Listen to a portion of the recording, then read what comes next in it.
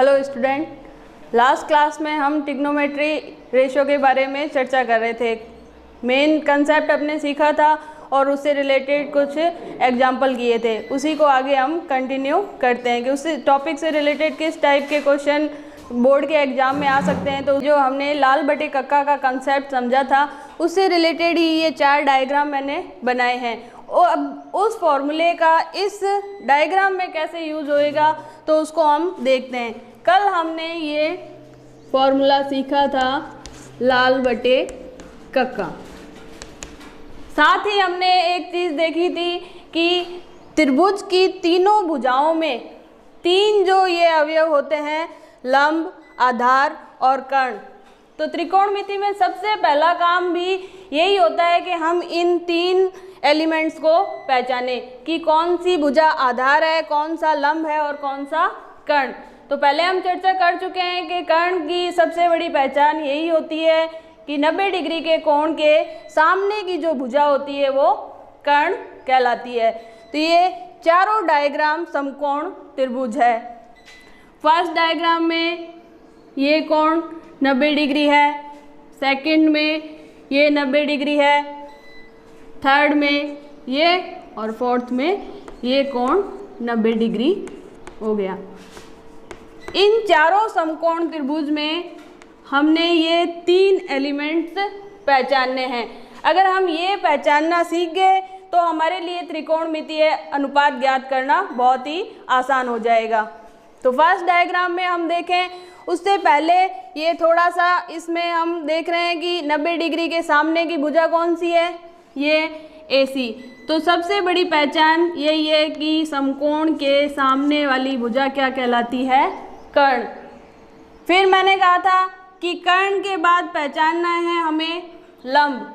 लंब की last video में पहचान बताई थी कि यदि किसी त्रिभुज में किसी एक कोण को 90 डिग्री के अलावा किसी एक कोण को इंडिकेट कर दिया जाए कि ये कोण थीटा है तो उस कोण के सामने वाली भुजा ही क्या कहलाएगी, लंब। जैसे इस त्रिभुज ABC में कोण C को मैंने थीटा नाम दिया है तो इसके ठीक सामने वाली भुजा कहलाई लंब।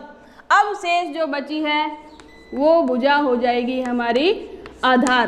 तो अब हम इसमें नाम भर दें कि लंब कौन से है, कोण के सामने वाली भुजा AB, ये हो गई लंब। फिर आधार कौन सा है, आधार हम देख रहे हैं ये BC और कर्ण जो 90 डिग्री के ठीक सामने की भुजा हुई AC। तो इस तरीके से इस डायग्राम से हमने ये तीनों एलिमेंट्स फाइंड कर लिए। अब इस डायग्राम में देखते हैं, पहली पहचान है, हमारा काम है कर्ण पहचानना। 90 डिग्री के सामने AC, ये हो गया कर्ण। फिर लंब पहचानना, अगर ये कोण थीटा है तो लंब ये भुजा होगी और ये अगर हमने कोण थीटा ले लिया, थीटा कोण के सामने की भुजा लंब हो जाएगी तो लंब होएगी BC।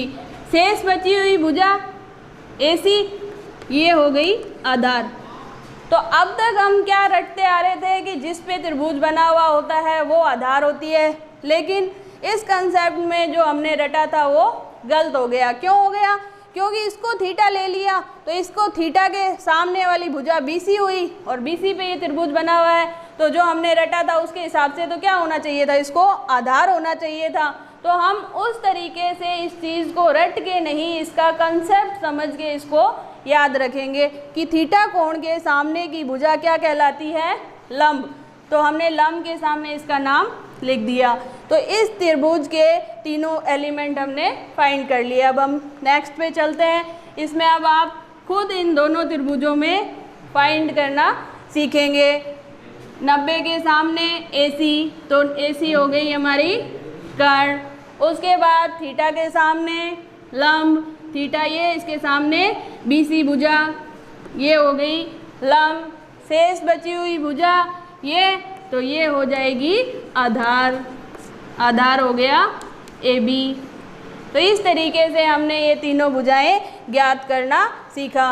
ये तीनों भुजाएं जैसे ही हम पहचानना सीख जाएंगे तो हम इस लाल बटा कक्का वाले फॉर्मूले का यूज़ करना कभी भी गलत नहीं करेंगे।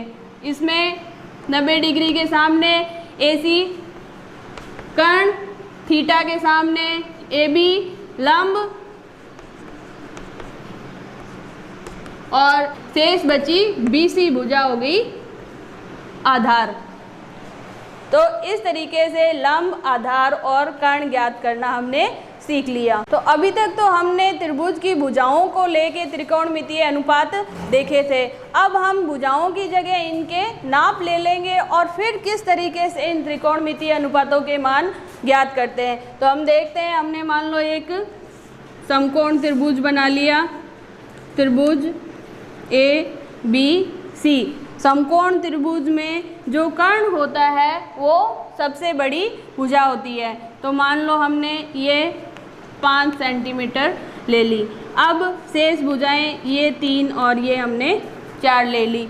इसको मान लो हमने थीटा कोण ले लिया, तो ये हमारे भुजा हो गई लंब, समकोण के सामने कर्ण और शेष बची हुई भुजा हो गई हमारी आधार। अब इसके त्रिभुज के आधार पर ये सभी त्रिकोणमितीय अनुपात कैसे ज्ञात करेंगे। तो मैंने एक फॉर्मूला दिया था लाल बटे कक्का। कल इसको एक एरो के डायग्राम से हमने सीखा था कि पहला भाग तो था साइन थीटा, दूसरा था कॉस थीटा और तीसरा टेन थीटा। फिर हम देखते हैं कि 3 अनुपात और 3 इसके विपरीत अनुपात, टेन का विपरीत कॉट, कॉस का विपरीत सेक और साइन का विपरीत कोसेक थीटा। तो इस तरीके से अब ये त्रिभुज के तीनों भुजाओं के नाप दिए हुए हैं, हमें ज्ञात करना है साइन थीटा। तो इस लाल बटे कक्का के फॉर्मूले को देखेंगे, लंब बटा कर्ण। तो हमने लिखा लंब बटा कर्ण। अब इस डायग्राम में देखेंगे लंब कितना है हमारे पास 3, कर्ण कितना है 5, तो वह हमारा 3/5। ऐसे ही हमें कॉस का मान ज्ञात करना है। कॉस का मान होता है आधार बटे कर्ण। तो इसमें हम देखेंगे कॉस के आगे लिख देते हैं आधार बटे कर्ण। आधार कितना है हमारा, अब वापस इस पे नहीं जाएंगे कि जिस पे त्रिभुज बना हुआ है वो आधार है, नहीं, कोण तो ये हुआ लंब। तो आधार क्या है हमारा, ये AB हमारा आधार है जिसका मान 4 है। 4 कर्ण कितना है हमारा 5। ऐसे ही tan का मान ज्ञात करेंगे, tan लंब बटे आधार, लंब बटे आधार। लंब का मान आया 3 और आधार का मान आया 4। लंब 3 आधार 4। तो ये हमने 3 त्रिकोणमितीय अनुपात ज्ञात कर लिए। अब 3 से बाकी 3 ज्ञात करना तो बहुत ही आसान है, क्योंकि साइन का व्युत्क्रम क्या होता है कोसेक थीटा। अब हमें इसके लिए फॉर्मूला भी याद करने की जरूरत नहीं है, जो ये मान लिखा है इसका उल्टा कर दो, L बटे K है तो ये हो जाएगा K बटे L, और 3/5 है तो 5/3। ये इसका क्या हो गया, विपरीत हो गया। ऐसे ही कॉस का विपरीत क्या होता है सेक थीटा। इसमें आधार बटे कर्ण है तो ये हो जाएगा कर्ण बटे आधार। 4/5 मान था, ये हो जाएगा 5/4 मान। ऐसे ही tan का व्युत्क्रम क्या होता है, tan का उल्टा होता है कॉट थीटा। इसमें लंब बटे आधार था, ये आधार बटे लंब हो जाएगा। 3/4 था, इसको उल्टा कर देंगे 4/3। तो ऐसा एक पर्सन आ गया, त्रिभुज का डायग्राम दे दिया या कोई 2 भुजा दे दी, तीसरी भुजा पाइथागोरस प्रमेय से ज्ञात कर लेंगे, या तीनों भुजाएं दे दी और पूछ लिया कि त्रिकोणमिति के सभी अनुपात ज्ञात करो, तो इस तरीके से हम ज्ञात कर सकते हैं। 2016 में ये क्वेश्चन आया हुआ है बोर्ड के एग्जाम में। इसमें दे रखा है कि यदि 3 cot A का मान 4 हो तो हमें 1 - tan स्क्वायर A बटे 1 + tan स्क्वायर A का मान ज्ञात करना है कि इसका हमारे पास मान क्या होगा। अब इस पर्सन में हम सोचें कि हम वापस से त्रिभुज का डायग्राम बनाएं, लाल बटे कक्के का सोचें, लेकिन इसमें ऐसा कुछ भी करने की ज़रूरत नहीं है। क्यों ज़रूरत नहीं है कि हम देखते हैं कि यहाँ तो कॉट दे रखा है और वहाँ tan दे रखा है, और tan और cot क्या होते हैं, एक दूसरे के अपोजिट होते हैं। तो हम इसी से ही बिना इस फॉर्मूले और बिना डायग्राम का यूज़ लिए भी आंसर निकाल सकते हैं। कैसे? 3 cot A बराबर 4 ये दे रखा है, तो हम ये 3 यहाँ गुणा में है, इसको बराबर के उस साइड भेजेंगे तो हमारे पास इस साइड रह जाएगा cot A, इधर 3 गुणा में था, उधर जाएगा तो भाग में आ जाएगा। अब हमारे पास cot का मान आ गया, और अभी अभी जस्ट हमने देखा था कि cot को अगर हम tan जो इसका ठीक विपरीत है उसमें बदलें तो ये संख्या भी उल्टी हो जाएगी। 4/3 है तो 3/4 मान हो जाएगा। अब tan का ये मान हमें जो मान ज्ञात करना है उसमें रख देंगे। जैसे हम रखें 1 minus tan square A upon 1 plus tan square A। 1 minus tan A कितना आया? 3/4, और हर में 1 प्लस 3/4 का होल स्क्वायर। अब इसका होल स्क्वायर करके थोड़ा सा सॉल्व कर लेते हैं। 1 माइनस 3 का वर्ग 9, 4 का वर्ग 16, 1 प्लस 9/16। अब हम क्या ले लेते हैं, हर को थोड़ा सा सिंपल बना लेते हैं। एलसीएम लेके लैसा ले लिया 16 माइनस 9, 16 प्लस 9/, ऊपर बचा हमारे पास 7, 16 में से 9 गए 7/16, और 16 और 9 हो गए 25/16। दूसरे बट्टे से चौथा बटा कट गया, तो हमारे पास इधर लिख रही हूँ मैं, क्या शेष रहा? 7 अंश में और हर में हो गया 25, तो 7/25 इसका हल आ गया। तो हमने बिना कोई फॉर्मूला लगाए क्वेश्चन से ही मान निकाल के आंसर ले आए। नेक्स्ट जो क्वेश्चन है ये 2016 में के पेपर में ही आया हुआ है।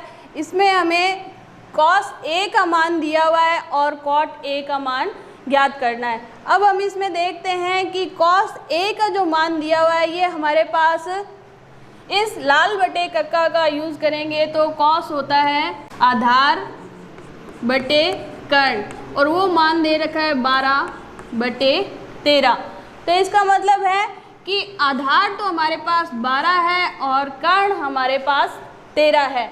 तो त्रिभुज में मैंने 3 भुजाएं बताई थी त्रिकोणमितीय अनुपात ज्ञात करने के लिए, लेकिन अभी तो हमारे पास आई है सिर्फ 2 भुजा। तो तीसरी भुजा का मान कैसे ज्ञात करेंगे, उसके लिए हमें पाइथागोरस प्रमेय का उपयोग करना पड़ेगा। तो हम पाइथागोरस प्रमेय पहले पढ़ चुके हैं। कर्ण स्क्वायर बराबर आधार स्क्वायर प्लस लंब स्क्वायर। तो अब हम इसमें देखते हैं, डायग्राम बना लेते हैं। अगर किसी को सीधा समझ में नहीं आता है तो हम डायग्राम से भी समझ सकते हैं कि ये मान लो कोण हमारा A है, BC त्रिभुज को नाम दे दिया। A इसलिए लिया है कि थीटा की जगह इसने कोण A मान लिया है। अब आधार इसने लिया है 12, तो कोण A के सामने ये लंब हो गया, शेष बची भुजा आधार, और कर्ण हमारा दे रखा है 13 सेंटीमीटर। तो हमें ये BC ज्ञात करना है। अब हम पाइथागोरस प्रमेय में मान रखें, कर्ण है हमारे पास 13 का वर्ग, आधार है 12 का वर्ग, और लंब ज्ञात करना है BC। तो लंब की जगह हम लिख देते हैं BC, कि हमें BC लंब का मान ज्ञात करना है।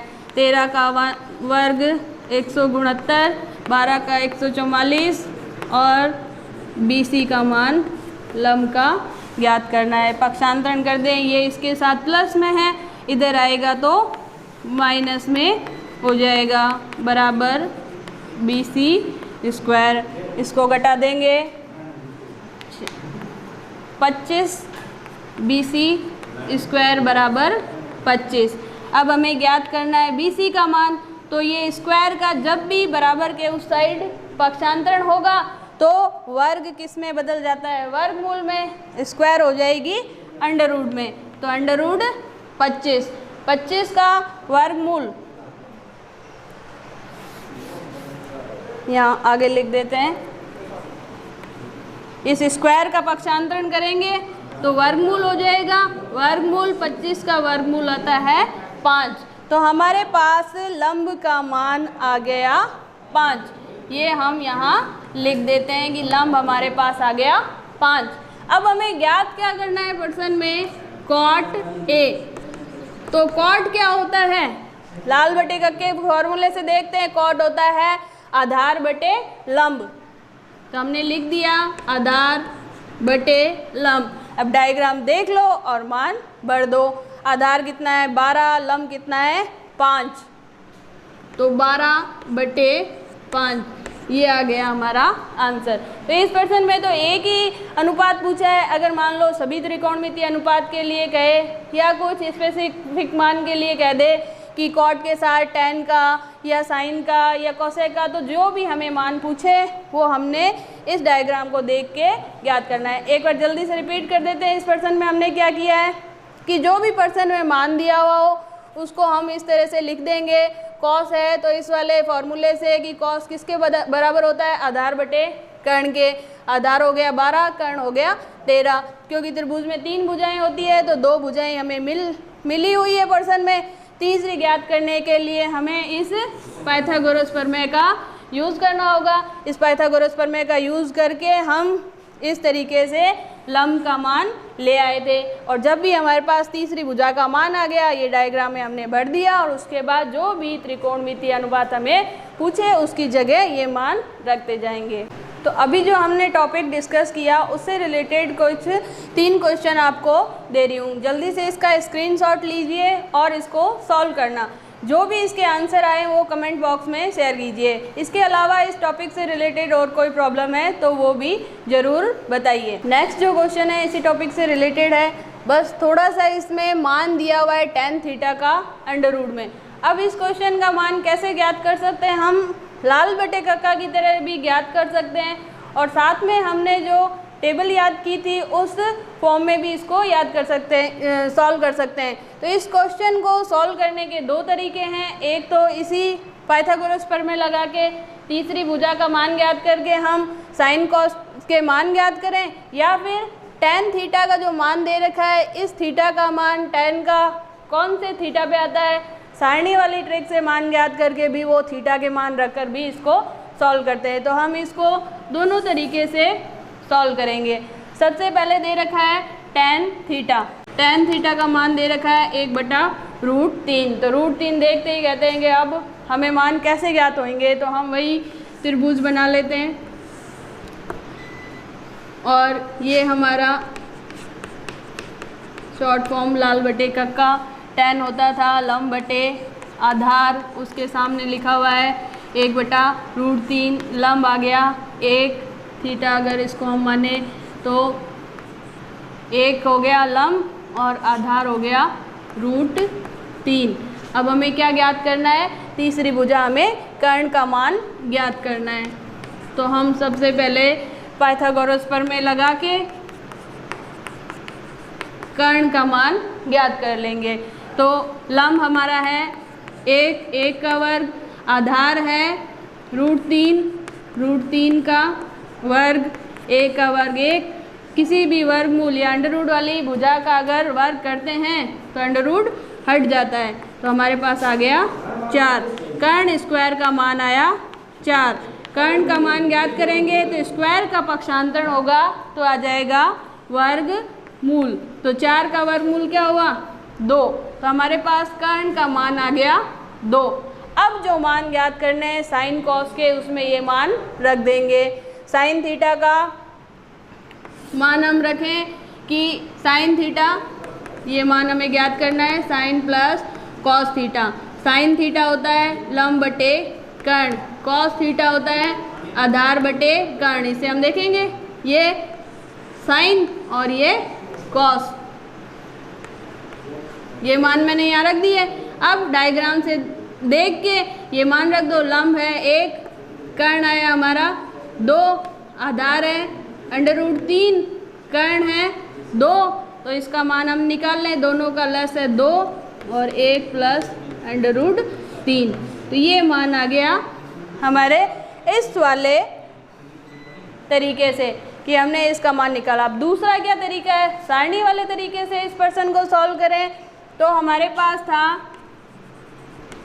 tan थीटा और tan थीटा का मान दे रखा है 1/√3। तो हम देखते हैं कि tan थीटा की कौन सी वैल्यू है जिस पे इसका मान 1/√3 आता है। तो चाहे तुम हाथ वाली ट्रिक से लो या सारणी याद है, जैसे भी इसका मान निकालेंगे तो tan 30 डिग्री का मान 1/√3 होता है। अब tan से tan कैंसिल हो गया, थीटा का मान आ गया हमारे पास 30 डिग्री।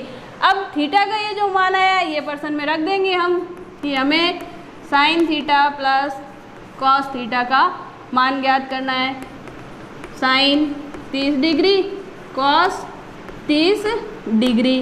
अब फिर वही डिग्री वाले मान, सारणी याद है तो सारणी से, ट्रिक हाथ वाली ट्रिक याद है तो हाथ वाली ट्रिक से। तो sin 30 डिग्री, sin 30 डिग्री होता है 1/2 और cos 30 डिग्री कितना होता है √3/2। दोनों का हर एक जैसा है तो एक बार लिख देंगे, अंशों को जोड़ देंगे। तो इस तरीके से हमारे इस दूसरे तरीके से ये सेकंड टाइप हमने सॉल्व किया और ये फर्स्ट टाइप जो अभी हमने हल किया था उस तरीके से एक ही प्रश्न को 2 टाइप से हल कर लिया। और हम देखते हैं कि इन दोनों के आंसर क्या आ रहे हैं, सेम आ रहे हैं। तो कभी भी इस तरीके के प्रश्न देख के अलग अलग तरीके से कंफ्यूज नहीं होना है कि हमें किस तरीके से हल करना है। तो एग्ज़ाम हॉल में जैसे आपके दिमाग में जो भी तरीका है उससे हल निकालेंगे तो ये आंसर हमारे एकदम सही आएगा।